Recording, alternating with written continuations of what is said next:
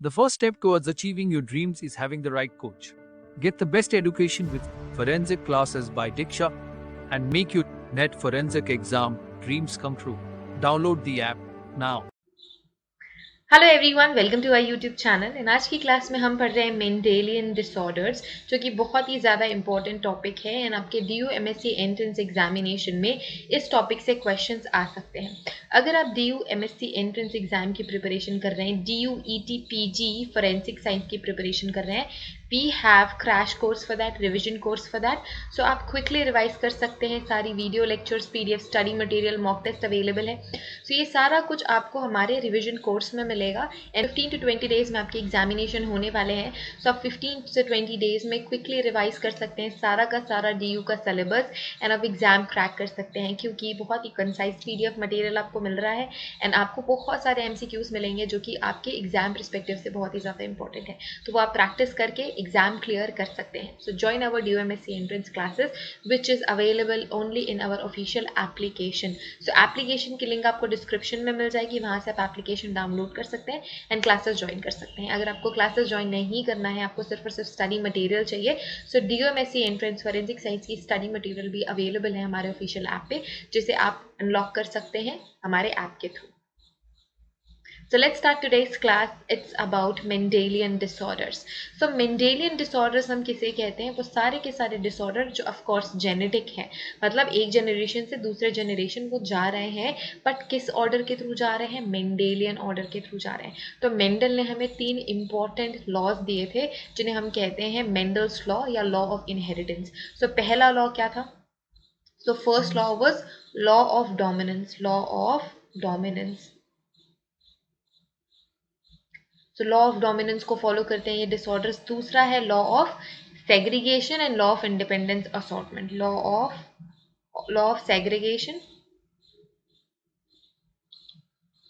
Segregation, and third one is law of independent assortment.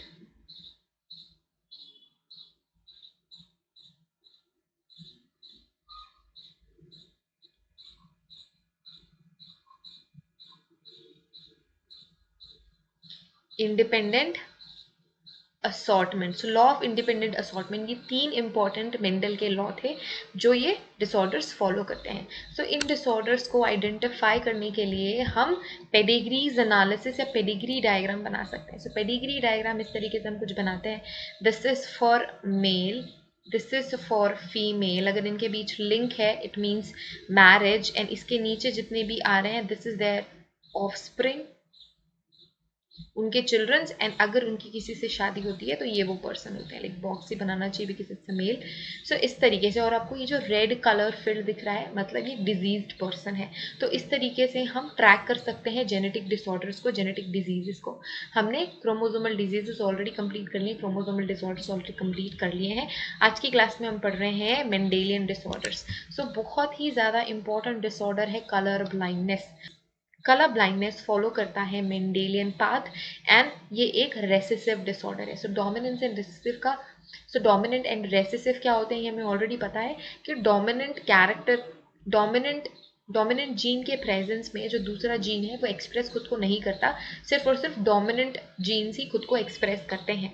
यहाँ पे जो कलर ब्लाइंडनेस का जीन है वो रेसेसिव नेचर का है, मतलब अगर उसके साथ कोई डोमिनेंट जीन प्रेजेंट है तो उस पर्सन को कलर ब्लाइंडनेस नहीं होती है। पर अगर दो रेसेसिव साथ में आ जाते हैं या फिर दो डिजीज्ड, जब दो रेसेसिव साथ में आ जाते हैं तो लोगों को कलर ब्लाइंडनेस हो जाती है।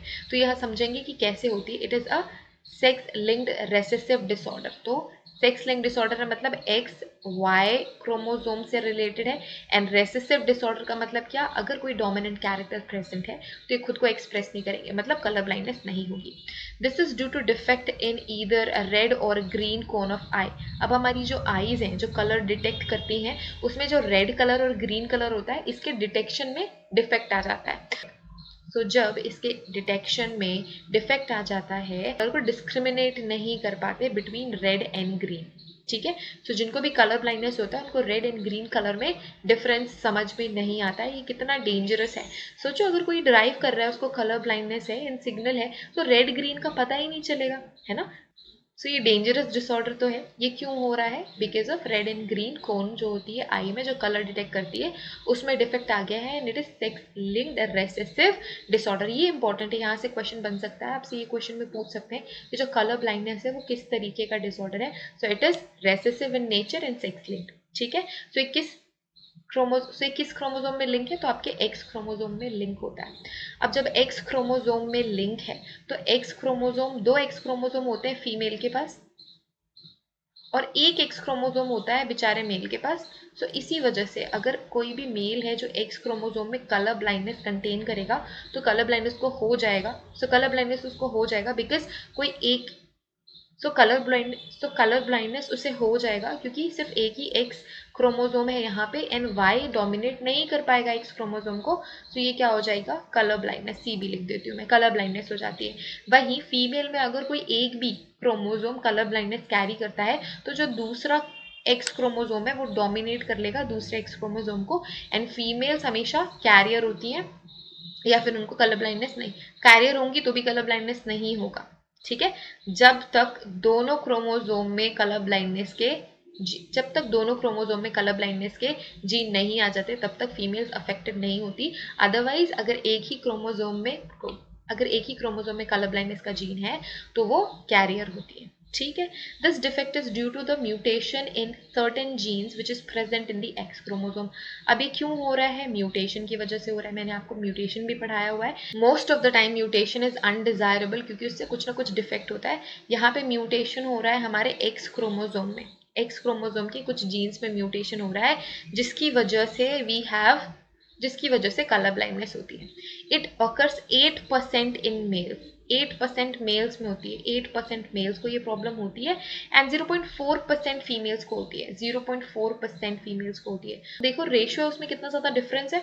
जो मेल पर्सन उनको 8% लोगों को कलर ब्लाइंडनेस हो जाती है एंड जो फीमेल्स होती है उनको सिर्फ 0.4% को ही कलर ब्लाइंडनेस होती है क्योंकि फीमेल्स के पास 2 एक्स क्रोमोसोम्स होते हैं जो उनका जेंडर डिसाइड करते हैं। तो अगर सिर्फ और सिर्फ एक क्रोमोसोम में ही कलर ब्लाइंडनेस का जीन या कलर ब्लाइंडनेस डिफेक्ट आता है तो जो दूसरा जीन है वो उसे डोमिनेट कर लेता है। बट मेल पर्सन के पास डोमिनेट करने के लिए दूसरा एक्स जीन नहीं होता है, दूसरा एक्स क्रोमोसोम नहीं होता है, इस वजह से वो अफेक्टेड हो जाते हैं। The son of a woman who is a carrier. ठीक है, अगर कोई विमेन कैरियर है उसके बेटे को 50% चांसेस होते हैं कि उसको कलर ब्लाइंडनेस हो जाएगा। क्यों 50%? अगर कोई फीमेल है तो कैसा होगा? यहाँ पे C stands for colour blindness ऐसा। तो लॉ ऑफ सेग्रीगेशन में ये दोनों सेग्रीगेट होंगे क्रोमोसोम्स। सो एक कलर ब्लाइंडनेस का डिफेक्ट कंटेन करता है तो अगर उसके सन में ये वाला एक्स क्रोमोसोम चला गया तो 50% चांसेस है कि कलर ब्लाइंडनेस होगा उसके सन को, या फिर अगर ये जीन गया तो फिर उसका या फिर ये वाला जीन गया तो उसका जो सन है उसको कलर ब्लाइंडनेस नहीं होगी। इसी वजह से वी हैव 50% ऑफ चांसेस कि उस बच्चे को कलर ब्लाइंडनेस हो सकता है। The mother is not her self colour blind because the gene is recessive. ये बहुत इंपॉर्टेंट पॉइंट है आपको जो नोट करना है क्योंकि जीन रेसेसिव है इसलिए मदर को कलर ब्लाइंडनेस नहीं होगी। That means that its effect is suppress. That means उसका जो इफेक्ट है वो सप्रेस हो जाता है डोमिनेंट जीन की वजह से। जो उसका इफेक्ट है वो सप्रेस हो जाता है डोमिनेंट जीन की वजह से। A daughter will not normally be colour blind. Daughter normally colour blind नहीं होगी unless her mother is a carrier and her father is a colour blind. कोई भी फीमेल तब तक कलर ब्लाइंड नहीं होगी अगर उसके फादर कलर ब्लाइंड है एंड उसकी मदर कैरियर है। ठीक है, इस सिचुएशन में ही फीमेल्स को कलर ब्लाइंडनेस होगी। सो ये एक तरीके का रेसेसिव डिसऑर्डर है and this is colour blindness. Okay, so colour blindness भी इसी तरीके से एक जनरेशन से दूसरी जनरेशन जाता है। Then we have haemophilia and sickle cell anaemia. Haemophilia and sickle cell anaemia हम नेक्स्ट क्लास में कवर करेंगे क्योंकि फिर ये वीडियो लेंदी हो जाएगी, फिर आप सब बच्चे बोर होते हो मुझे पता है। इसी वजह से हम छोटे छोटे चंक्स में टॉपिक्स डिस्कस करेंगे। So it is about colour blindness. Colour blindness is important Mendelian disorder. इसके अलावा जो सिकल सेल एनीमिया है ये भी बहुत ही ज़्यादा इंपॉर्टेंट मेंडेलियन डिसऑर्डर है। Every Mendelian disorder is important but थोड़ा ज़्यादा फोकस आप सिकल सेल एनीमिया पे करेंगे, आप कलर ब्लाइंडनेस पे करेंगे एंड आप करेंगे फिनाइल कीटोयूरिया पे, ठीक है। सो ये 3 ऐसे डिसऑर्डर्स हैं जो काफ़ी इंपॉर्टेंट है, जो आपको ध्यान में रखने हैं। So in the next class we will discuss haemophilia and sickle cell anaemia, and in the further classes we will complete Mendelian disorder. So thank you so much everyone for watching this video. Have a great day ahead and take care of yourselves. And अगर आपको हमारे DU entrance examination की classes join करनी है तो आपको हमारा application download करना होगा, जिसकी लिंक आपको डिस्क्रिप्शन में मिलेगी, एंड आप हमारी क्लासेस ज्वाइन कर सकते हैं, फटाफट से रिविजन कर सकते हैं एंड DU MSc की एंट्रेंस एग्जामिनेशन क्रैक कर सकते हैं। Thank you again, have a great day ahead, bye.